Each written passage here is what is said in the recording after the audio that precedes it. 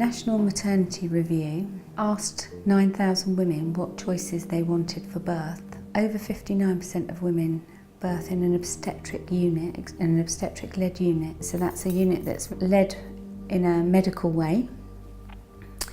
But the other options for birth are an alongside maternity unit, which is midwifery-led, a freestanding midwifery unit, which doesn't tend to be attached to a hospital, or a home birth setting. So they're the four options, and the National Maternity Review was very clear that actually all providers of these services need to look to be giving women the choice of at least 3 out of 4 of those birth options by 2022. Currently across our LMS, 85% of births are happening in obstetric units. 7% are happening in alongside birth centres, which are situated next to obstetric units, and then 6% are happening in our freestanding birth centres, and approximately 2% of babies are born at home. Here in Salisbury Foundation Trust or the Royal United Hospital Bath, we don't have the option of offering low-risk women an alongside midwifery-led unit. This means that a lot of women are choosing to deliver in our obstetric unit because they don't want to take the risk of being transferred between a freestanding midwifery-led unit and the obstetric unit, which we know can happen. Currently, we have about 60 to 65% of women booking with us who we would classify as high risk.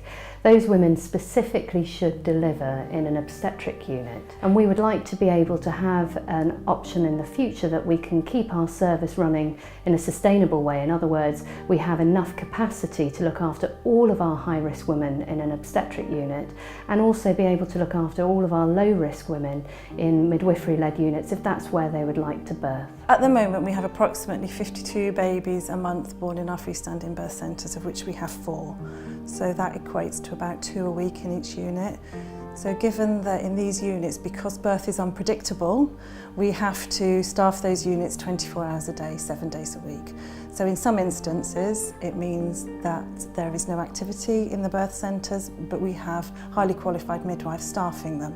What we're finding really hard is that actually to be able to staff the days when those women need that care is really difficult because we're also staffing the units at night. I think what's really important is that we have the right staff at the right time doing the right job in the right place. And I think we can see sometimes in our birth centres, in our freestanding birth centres, that actually midwives would be better placed elsewhere to care for women in labour, which is what they're trained to do. We have 9 postnatal beds, and those are situated in Chippenham and Poulton at the moment.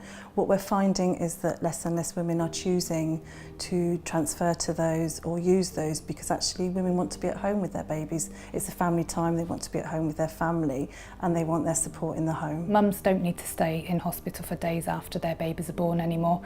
It's quite an old-fashioned way of looking after mums. Mums, generally now are up and about and mobile, and it's really only those mums who really need that medical input following the birth of their babies that need to stay in hospital.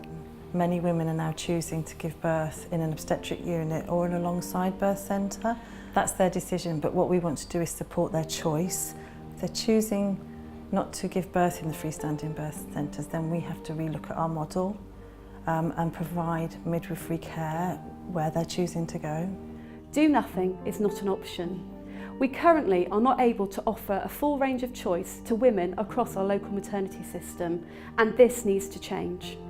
This proposal will help ensure that no matter where you live, you will be able to choose where you have your baby.